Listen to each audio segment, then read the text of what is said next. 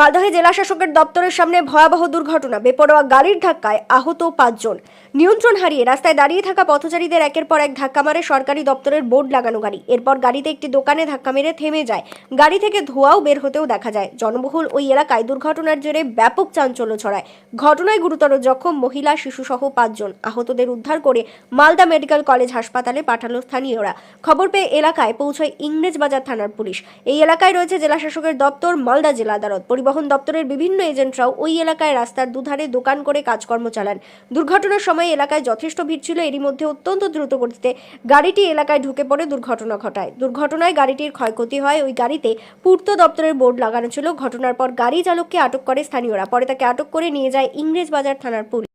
চালিয়ে যাচ্ছিল, তাদেরকে হঠাৎ করে গাড়ি প্রচন্ড ধোঁয়া। আমরা তো প্রত্যেকে প্রথমে ভয় পেয়ে গেলাম। আমরা এখানকার স্থানীয়, এখানে বসে আমরা কাজ করি। তারপরে সবার সহযোগিতায়, ঠিক আছে, যারা ইনজিওর্ড হয়েছিল তাদের প্রত্যেককে হসপিটালে পাঠিয়ে দেওয়া হয়েছে। কয়জন আহত?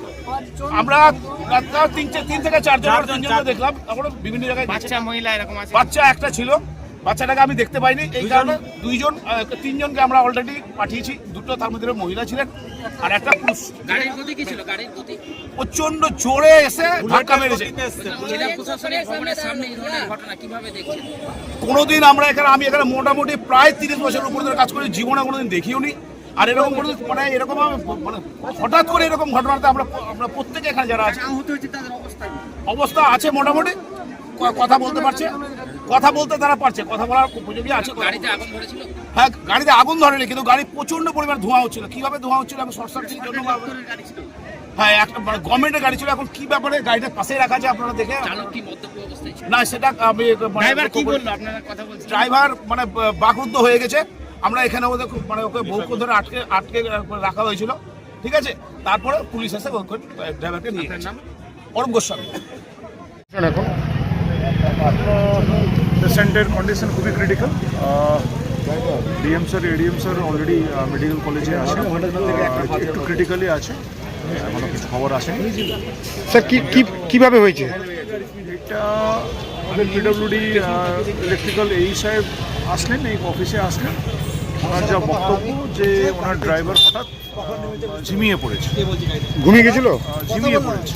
তো এটা কোনো মেডিকেল অসুস্থ হতে পারে, সেটা অলরেডি ও তো অ্যারেস্ট হয়েছে, সেটা তদন্ত আছে, সেটা আমরা দেখছি।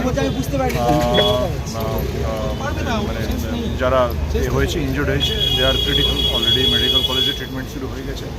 DM sir, ADM sir already medical কলেজে আছে। বলছি এখানে স্যার সিসিটিভি ক্যামেরা আছে, সেটা কি পুলিশকে দেওয়া হবে? হ্যাঁ, অবশ্যই দেওয়া হবে, দেখছি আমরা। যদি থাকলে অবশ্যই। এমনি মারা যাওয়ার কোনো খবর আছে? না, সেটা খবর নেই। ড্রাইভারের বিরুদ্ধে ব্যবস্থা নেই? হ্যাঁ, অবশ্যই ব্যবস্থা থাকবে। প্রথম থেকে অলরেডি অ্যারেস্টেড হয়েছে। দেখা যাচ্ছে যে কেন উনি হঠাৎ করে ঝিমিয়ে গেছে, ওটা সেটা ইনভেস্টিগেট হবে। এই গাড়িটা কোন ডিপার্টমেন্টে চলে? এটা পিডব্লিউডি ইলেকট্রিক্যাল।